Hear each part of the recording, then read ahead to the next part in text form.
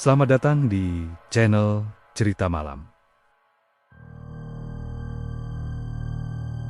Alas Purwo, nama yang selalu membuat bulu kuduk berdiri setiap kali disebut. Di Banyuwangi, hutan itu bukan cuma sekadar hutan. Katanya, itu adalah tanah pertama yang muncul saat Pulau Jawa diciptakan. Tempat di mana batas antara dunia manusia dan dunia gaib paling tipis. Banyak orang bilang, kalau malam hari kamu dengar suara gamelan dari dalam sana, jangan coba-coba cari sumbernya. Karena yang main bukan manusia, tapi buat orang seperti Paidi, semua cerita itu cuma angin lalu. Hidupnya sudah terlalu berat untuk memikirkan soal mitos dan makhluk halus. Tiap hari dia kerja dari pagi sampai maghrib, nyangkul di sawah orang. Hasilnya, pas-pasan. Kadang, malah kurang. Istrinya sakit-sakitan. Anaknya masih kecil. Butuh susu, butuh obat. Sementara utang di warung makin numpuk. Sore itu, Paidi duduk sendirian di warung kopi dekat pasar desa. Matanya sayu, wajahnya kusut. Di depannya, cuma segelas kopi hitam yang udah dingin. Temannya, Lekman, datang dan duduk di sebelahnya. Lelaki tua itu terkenal aneh. Katanya, dulunya dia juga pernah main ilmu di masa mudanya. Paedi, tanya Lekman sambil menyalakan rokok kretek. Kondelokmu kok susah banget? Paidi menghela napas panjang. Gimana nggak susah, Lek? Anak sakit, beras habis, kerjaan sepi. Aku udah nggak ngerti lagi harus gimana. Lekman menatap Paidi lama. Matanya menyipit. Kamu masih percaya Tuhan? Tentu, Lek. Tapi rezekiku kayak nggak dikasih jalan. Lekman tertawa kecil. Kadang jalan rezeki itu ada, tapi bukan semua orang berani lewat sana. Paidi menatap, penasaran. Maksudmu? Lekman mendekat. Suaranya merendah.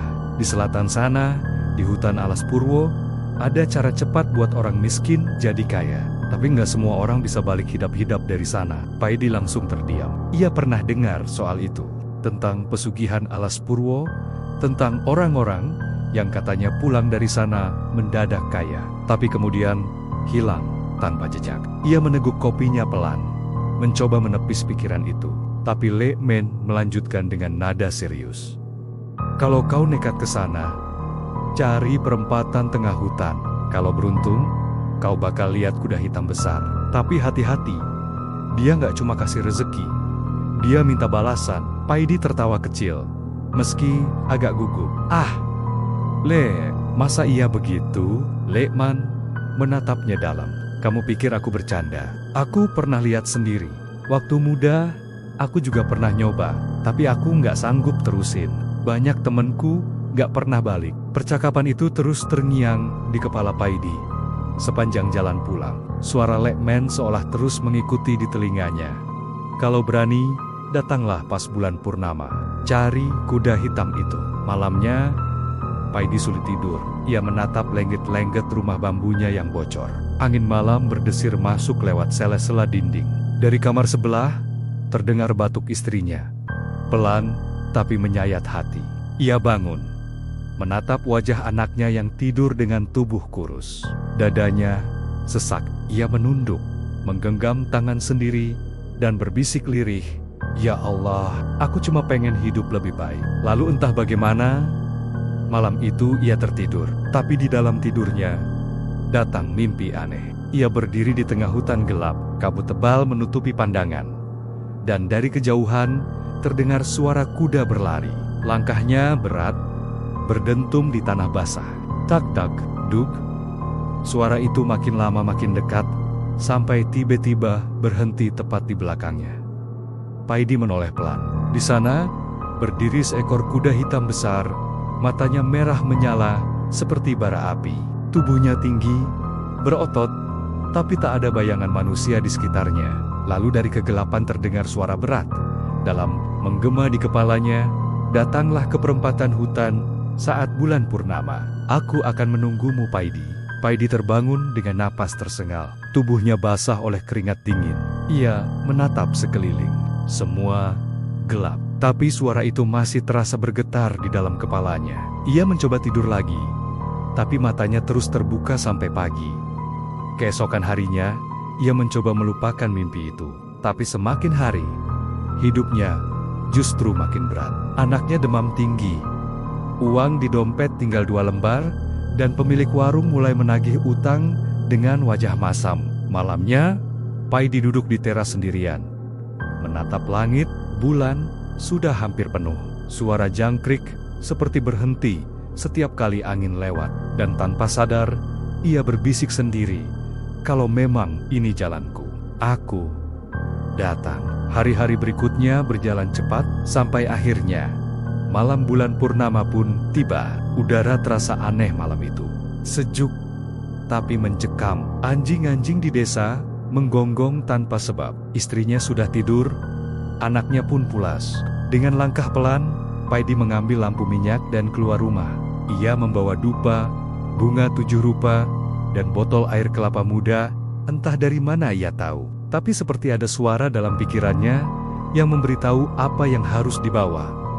Perjalanan ke alas Purwo memakan waktu hampir 2 jam. Sepanjang jalan, tak ada satu kendaraan pun lewat. Pohon-pohon di tepi jalan terlihat seperti bayangan manusia, berdiri kaku dalam kabut. Sampai akhirnya, ia tiba di gerbang hutan. Papan kayu besar bertuliskan Taman Nasional Alas Purwo. Paidi berhenti sebentar, menatap dalam-dalam. Dalam hati ia berdoa, meski bibirnya bergetar. "Ya Tuhan, lindungi aku." Begitu melangkah masuk, hawa hutan langsung berubah. Bau tanah lembab bercampur dengan aroma bunga liar dan amis besi. Angin yang berhembus terdengar seperti bisikan halus. Sesekali terdengar suara langkah dari kejauhan, padahal tak ada siapapun di sana. Paidi terus berjalan, mengikuti jalan tanah yang makin lama makin menanjak. Di antara pepohonan besar, sesekali terlihat kilatan cahaya putih, seperti bola api lewat cepat. Suara burung malam bersehet sahutan, tapi terdengar ganjil, seperti bukan suara hewan. Di kejauhan, samar-samar terdengar suara gamelan halus, lembut tapi membuat bulu kuduk berdiri. "Leman gak bohong," gumam Paidi lirih. Ia berhenti di bawah pohon besar yang melingkar seperti gerbang alami. Bulan purnama tampak bulat sempurna di atas kepala. Cahayanya menembus celah daun dan menyorot tanah lapang di depan. Di tengah tanah itu ada batu besar, warnanya hitam dan licin seperti baru disiram air. Paidi menaruh dupa dan bunga di atas batu itu, lalu menunduk. "Kalau memang ada yang bisa bantu aku mohon. Aku cuma pengen hidup lebih baik. Aku janji, gak akan lupa sama kebaikanmu." Angin berhenti. Hening, lalu terdengar langkah berat dari belakang. Tak-tak, duk, suara kuda. Napas Paidi tercekat. Ia ingin lari, tapi kakinya seperti menempel di tanah. Kabut tebal turun dari segala arah, menutup pandangannya. Suara itu makin dekat. Tiba-tiba di antara kabut muncul siluet besar berwarna hitam. Seekor kuda, tinggi, gagah, tapi matanya menyala merah. Dari moncongnya keluar asap hitam. Di belakangnya berdiri sosok tinggi besar. Seluruh tubuhnya tertutup jubah gelap. Wajahnya tak terlihat. Paidi berusaha bicara, tapi lidahnya keluh. Suara itu muncul lagi, menggema di udara. "Apakah kau yang memanggilku, manusia?" Paidi menunduk dalam ketakutan. "Iya, saya yang manggil." Suara itu pelan, tapi menusuk. "Untuk apa kau datang?" "Saya cuma pengen rezeki. Pengen keluarga saya nggak menderita lagi." Kuda itu meringkik pelan, dan tanah di bawahnya bergetar. Sosok hitam itu mengangkat tangan, menunjuk ke arah Paidi. "Semua bisa kau dapatkan, tapi ingat, setiap keinginan punya harga." Paidi menelan ludah. "Harga apa?" Sosok itu tertawa pelan. Suaranya bergema panjang. "Yang paling kau cintai." Paidi diam lama. Matanya menatap tanah, lalu ke langit, lalu ke arah kuda hitam itu lagi. "Asal mereka bahagia, saya rela." Kabut mendadak berputar kencang. Angin menerpa wajahnya. Dupa yang dibawanya padam, dan dari tanah muncul tapak kuda yang menyala merah, seperti bara api. Paidi gemetar, menunduk, lalu semuanya gelap. Suara terakhir yang ia dengar sebelum pingsan hanyalah bisikan berat di telinganya. "Aku akan datang saat purnama berikutnya. Paidi, jangan pernah lupa."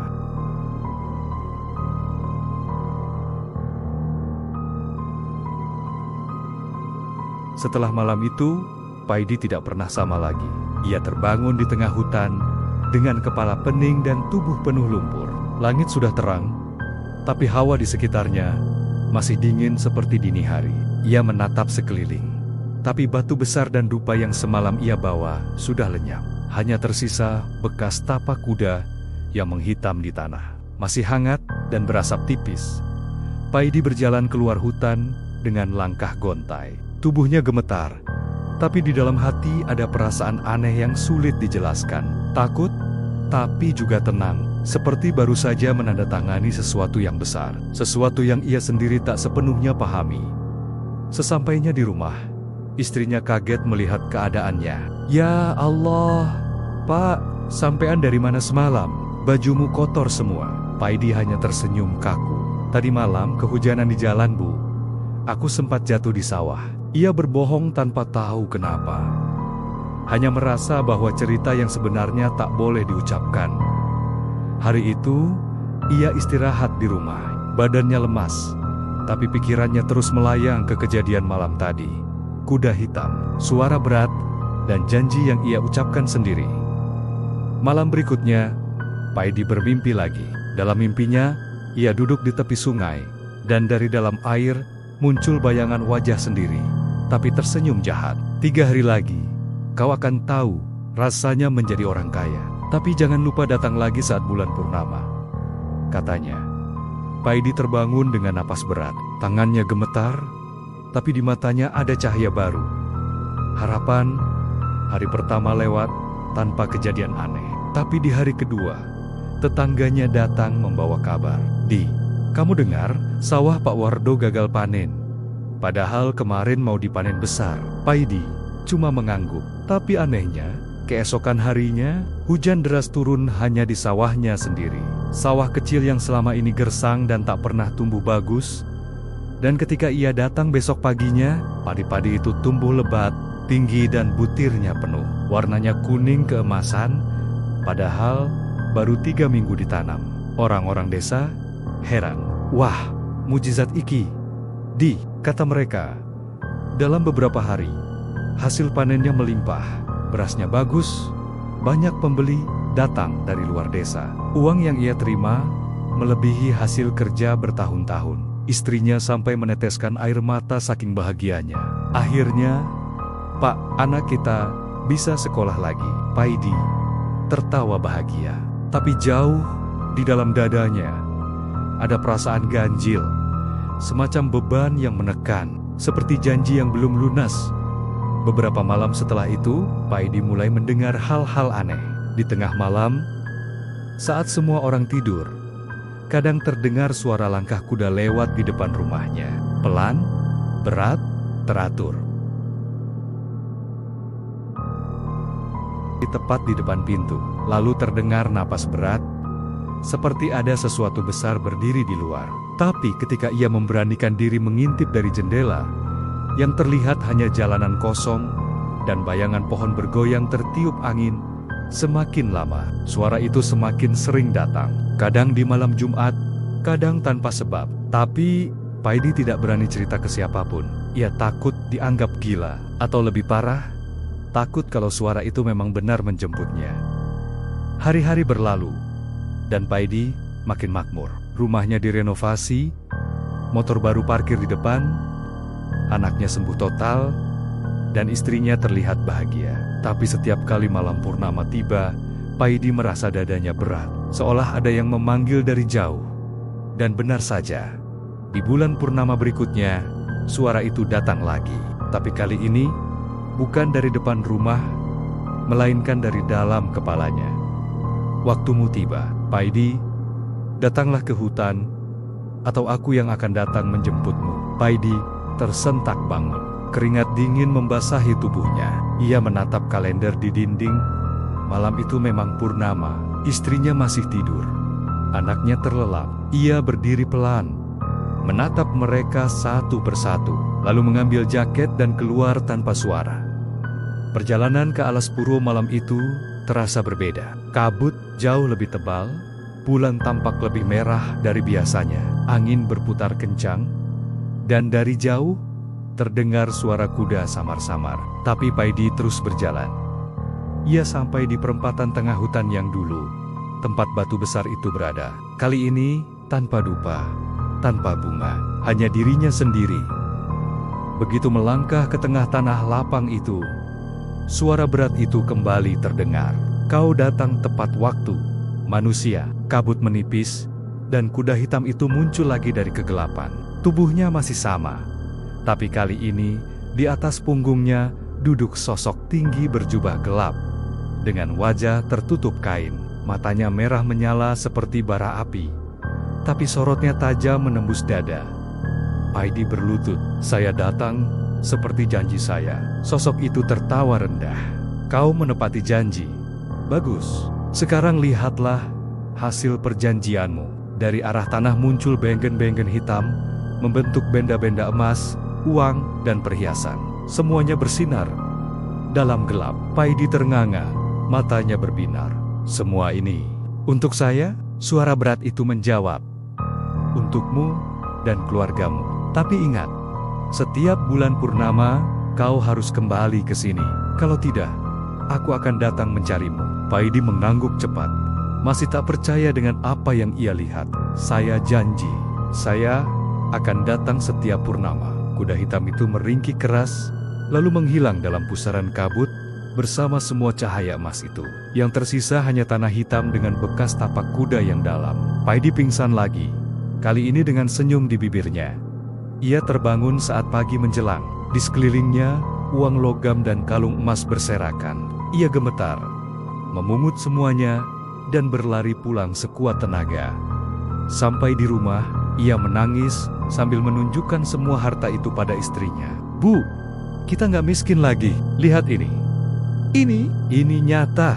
Istrinya hanya bisa terdiam, antara percaya dan takut. "Dari mana semua ini, Pak?" Paidi menunduk, lalu berkata pelan, "Anggap saja rezeki dari jalan yang tak semua orang tahu." Sejak hari itu, hidupnya berubah drastis. Tapi di balik semua itu, ada sesuatu yang perlahan tumbuh di dalam rumahnya. Setiap malam purnama, lampu rumah mereka selalu redup sendiri. Hewan-hewan peliharaan menjerit ketakutan tanpa sebab. Dan kadang, anaknya terbangun tengah malam sambil menangis. "Pak, ada kuda di belakang rumah." Paidi pura-pura tidak dengar. Ia tahu siapa yang datang. Ia tahu itu tanda bahwa perjanjian masih berlaku. Dan di hatinya, ia mulai menyadari sesuatu. Tidak ada yang gratis di dunia ini. Sejak malam purnama itu, hidup Paidi memang berubah. Ia tak lagi dikenal sebagai petani miskin. Orang-orang desa menatapnya dengan kagum setiap kali ia lewat. Rumahnya sudah berdinding semen. Motor barunya bersinar di teras. Dan anaknya kini bisa sekolah di kota. Tapi di balik semua itu, setiap malam purnama, Paidi hidup dalam ketakutan yang tak bisa ia ceritakan pada siapapun. Semakin lama, bayangan kuda hitam itu makin sering muncul. Tidak lagi hanya di hutan, tapi kadang di sawah, bahkan di halaman rumahnya sendiri. Kadang terdengar suara derap kaki kuda di atap rumah, kadang napas berat dari balik jendela kamar. Istrinya mulai gelisah. "Pak, kenapa sampean sering melamun? Setiap malam purnama, wajah sampean pucat sekali." Paidi hanya tersenyum kaku. "Gak apa-apa, Bu. Cuma capek." Tapi hatinya tahu, malam nanti waktunya tiba lagi. Saat bulan naik sempurna di langit, Paidi berjalan ke belakang rumah. Dari balik kabut tipis, suara kuda itu kembali terdengar. Waktumu datang, Paidi. Ia menelan ludah, tubuhnya gemetar. Aku sudah datang. Apalagi yang harus aku lakukan?" Suara berat itu tertawa rendah. "Kau sudah menikmati hasil perjanjian kita. Sekarang waktunya bayar." Paidi kaget. "Bayar? Bukannya aku hanya perlu datang setiap purnama?" Sosok itu muncul perlahan. Tubuh tinggi berjubah hitam di atas kuda legam yang matanya menyala merah. "Tidak ada janji tanpa bayaran. Kau telah mengambil kekayaan. Maka setiap bulan, kau harus memberiku sesuatu yang bernyawa." Paidi membeku. "Sesuatu yang bernyawa? Maksudmu? Tumbal?" Sosok itu tertawa lebih keras, membuat dedaunan di sekitar bergetar. bukan aku yang menentukan, tapi janji yang kau ucapkan sendiri. Kau bilang apapun akan kuberikan, asal hidupku berubah. Nah, ini saatnya. Paidi jatuh berlutut. Tolong, jangan. Aku punya anak, punya istri. Sosok itu menunduk, lalu menghilang dalam kabut, hanya meninggalkan satu kalimat yang menggema di udara. Kalau kau tak memberi, aku akan mengambil sendiri. Malam itu, Paidi pulang dengan wajah pucat seperti mayat. Istrinya bertanya, tapi ia hanya diam.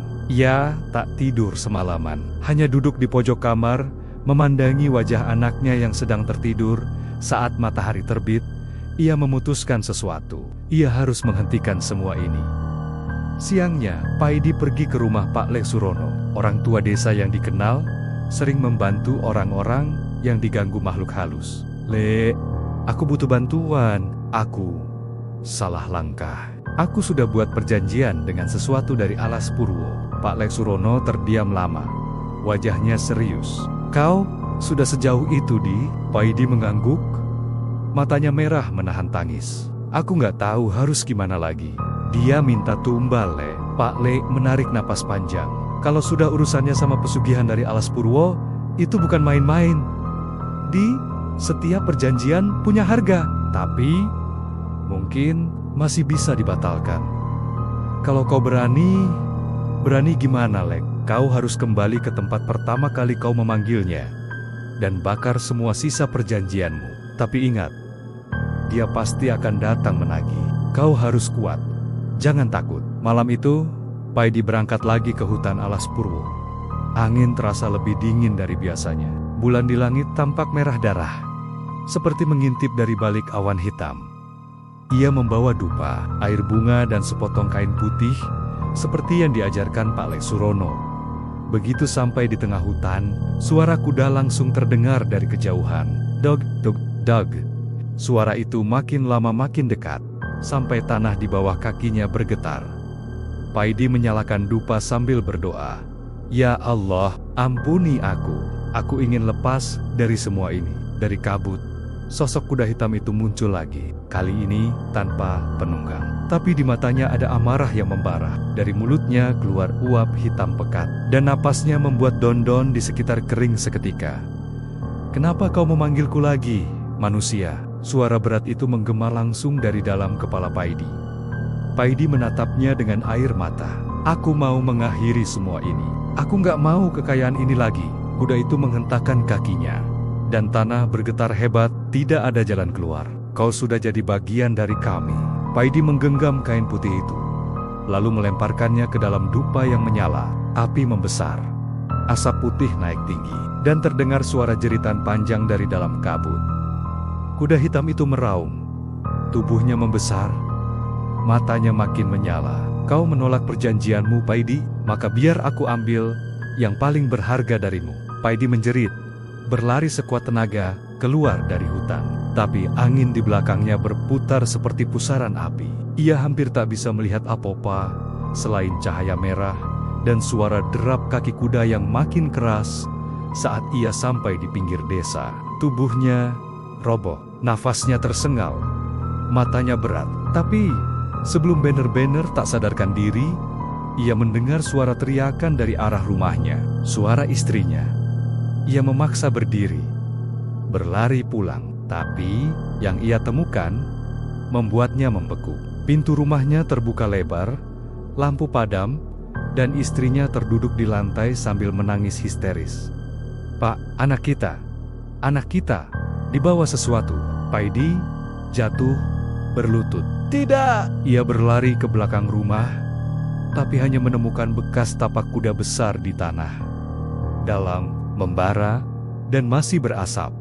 Malam itu, suara kuda hitam bergema di seluruh desa. Penduduk yang mendengarnya mengaku merinding, seolah ada makhluk besar berlari di atas atap rumah mereka. Sejak malam itu, Paidi menghilang. Tak ada yang tahu kemana ia pergi. Rumahnya kosong, sawahnya ditinggalkan, dan hanya sesekali orang melihat bayangan seseorang berdiri di pinggir hutan, menatap jauh ke dalam alas Purwo. Orang-orang bilang, kalau kau melewati hutan alas Purwo saat malam purnama, Kadang akan terdengar suara kuda berlari di kejauhan. Ada yang bilang itu Paidi masih berusaha menebus janjinya. Ada juga yang percaya dia kini jadi bagian dari makhluk itu, penunggang baru dari kuda hitam alas Purwo. Dan kalau kau dengar suara derap kuda di tengah malam, jangan pernah lihat ke belakang, karena bisa jadi yang lewat bukan kuda biasa, tapi kuda pesugihan yang masih menagih janji.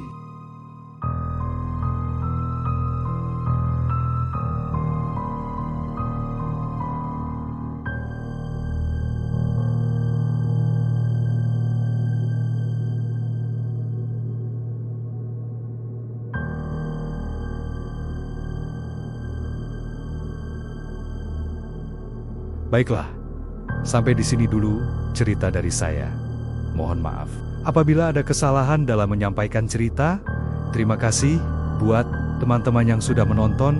Mudah-mudahan ke depannya saya bisa menyajikan tayangan yang lebih baik lagi. Saya Doni, pamit undur diri. Sampai jumpa lagi di kisah saya selanjutnya.